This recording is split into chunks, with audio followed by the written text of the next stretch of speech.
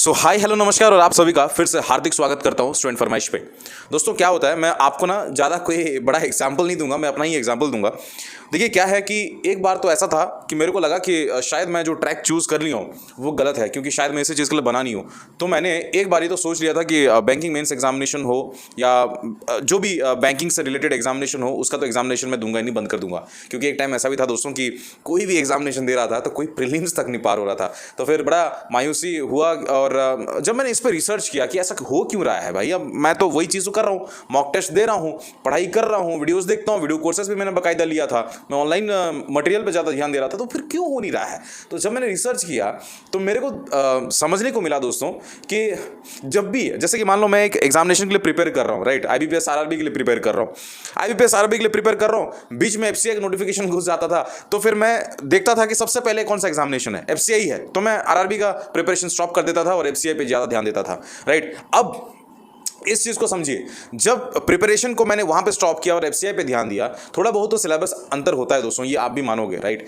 तो जो मैं आपको ना एक अल्फाज हमेशा यूज़ आपको शायद सुनने को मिला होगा, जो हमेशा यूज़ करता हूँ, problem of plenty. Problem plenty का मतलब क्या है कि आपके पास प्लेंटी ऑप्शंस हैं but that is a problem, that is not a solution, right. तो यही रीज़न था दोस्तों कि जब भी मैं कोई एग्जामिनेशन के लिए प्रिपरेशन करता था, बीच में कोई नोटिफिकेशन टपक जाए तो ध्यान उसी पे जाता था और उसी पे ही ध्यान केंद्रित करता था, ना इधर का ना उधर का, राइट। तो इसी चीज़ के लिए मैंने कई ऐसे एग्जामिनेशंस को मिस कर गया मैं।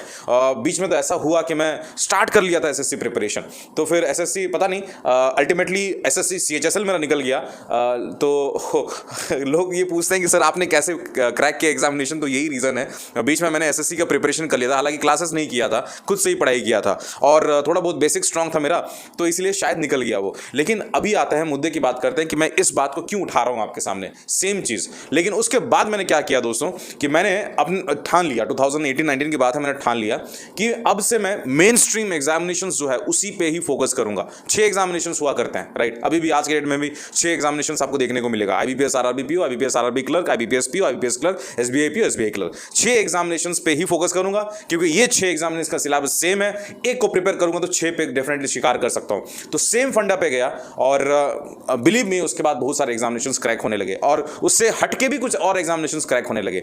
अब अगेन मैं बीच में फिर आपको बोल रहा था, फिर उस चीज़ पे आ जाता। दोस्तों मैं ये टॉपिक क्यों छेड़ रहा हूँ, मैं क्यों बता रहा हूँ, मेरे को कई लोग ऐसे पूछ रहे हैं कि ईसीजीसी पीओ की प्रिपरेशन कैसे करें, आरबीआई ग्रेड बी की प्रिपरेशन कैसे करें। मैं आपको एक एग्जांपल देना चाहता हूँ दोस्तों। मेरे यहाँ पे एक सर हैं जो एसबीआई पीओ में काम करते थे, राइट, करते थे इसलिए बोल रहा हूं क्योंकि उन्होंने अभी आरबीआई ग्रेड भी क्रैक कर लिया, राइट।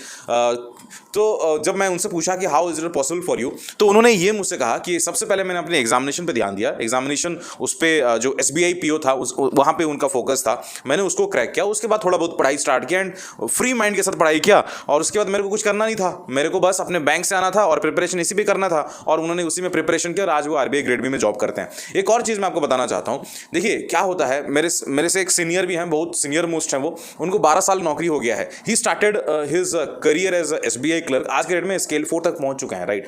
तो कहने का मतलब क्या है, आप एक रास्ता को चुनिए, उसी रास्ते पे फोकस करिए और आपको मौका मिलेगा ना। डाइवर्सिफाई होने की कोशिश मत करिए आप। और ईसीजीसी पीओ की प्रिपरेशन हो, आरबीआई ग्रेड बी का प्रिपरेशन हो या कोई भी नाबार्ड का प्रिपरेशन हो, it's a different thing, because NABARD का सिलेबस आपने देखा है वो अलग ही चीज होता है, आरबीआई ग्रेड बी का सिलेबस देखा है वो अलग चीज होता है।